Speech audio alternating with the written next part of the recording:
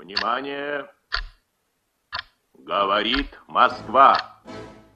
Передаем важное правительственное сообщение. Граждане и гражданки Советского Союза. Сегодня в 4 часа утра, без всякого объявления войны, германские вооруженные силы атаковали границы Советского Союза.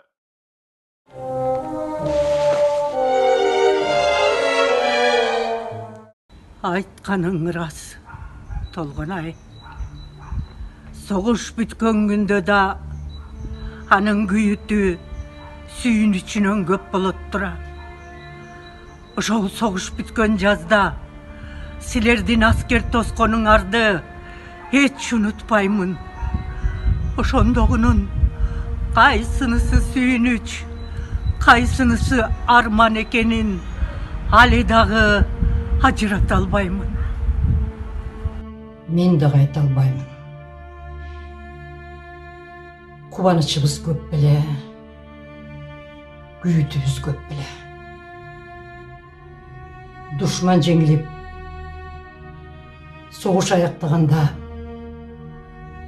халдастаган дүйнө тым-тырс боло түштү да. Мурда байкалбаган көп нерселер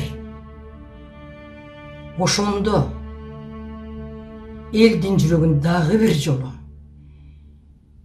кансыратып алды. Анткени жеңиш олжал майрам болуп келген жок. Ал бизге соғыштан аман калган жоокердин сүрдүү кейпинде нечен жолдор басып таманы жешилген солдаттын өтүгүн кийип келди. Ошол күнү коштун кесеги бизге тийип, өгүз сокко менен жерибизди айдап жүгөрү сепкен жатканбыз.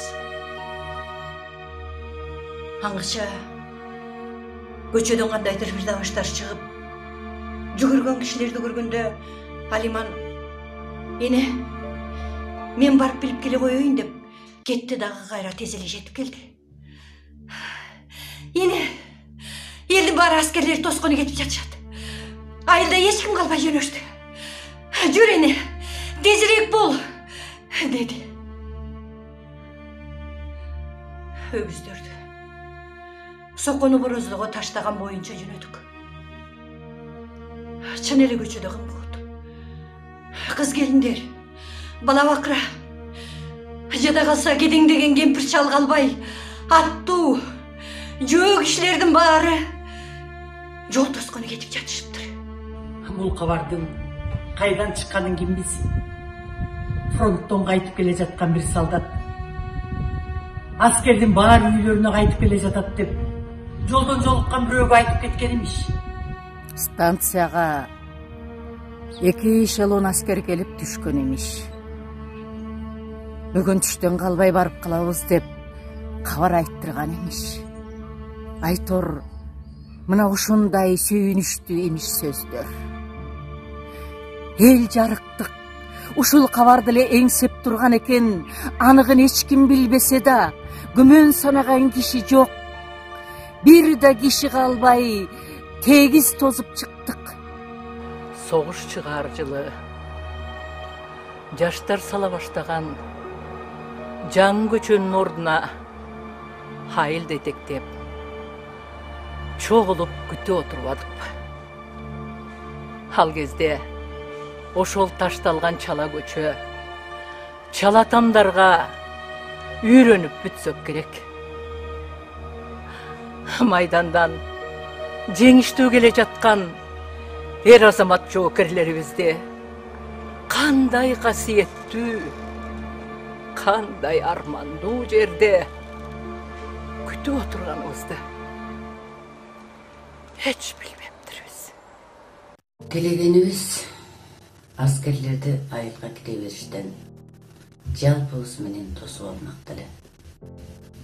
Улгайгандар арыктын кашатына бийигирээк жарданып. Аттуулар ат үстүнөн, балдар ураган тамдардын дубалдарына чыгып, шамдагайлары атыгүл бутактарга чыгып кетиптир. Ана келет, мына келеттин арасында түш көргөн, аян көргөндөрүбүздү сүйлөп, жолдон таштарды жыйнай сагып, төлгө тартып, түш, аян, төлгөнүн баарын жакшылыкка жооруп, чоң жолдон көзүбүздү айырбай, тигилип карап турдук. Азыр ойлоп турсам, дүйнөдөгү адам баласынын баары ушундай биримдикте, бир ниетте, бирине бири жакшылык жооруп, өз уул балдарын ушунчалык сүйүшсө, ушунчалык күтүшсө, балким согуш болбойт беле дейм. Чогулган көпчүлүк кээде ичине катып унчукпай, сүйлөбөй да турду. Ар бири өз ичинде ой жүгүртүп турган болуш керек. Анткени 5 жыл кандоо согушту башынан өткөрүп, эми жеңишке жеткенде согуштун эң аяккы көрүнүшүнөн эл сүрдөнүп турган эле. Кимиси келет, кимиси келбейт деген суроо ар кимдин оюнда бар болчу. Ушундан тартып, ар кимдин тагдыры, үмүтү ар кандайча чечилмек. Ушундан тартып, ар кимдин жаңы турмушу башталмак.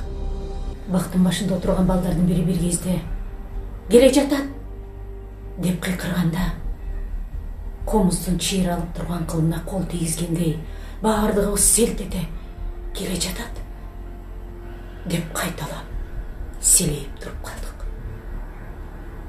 Бир окумда топтун ичинен канакей, каякта келатат, канакей деген үндөр чыкты.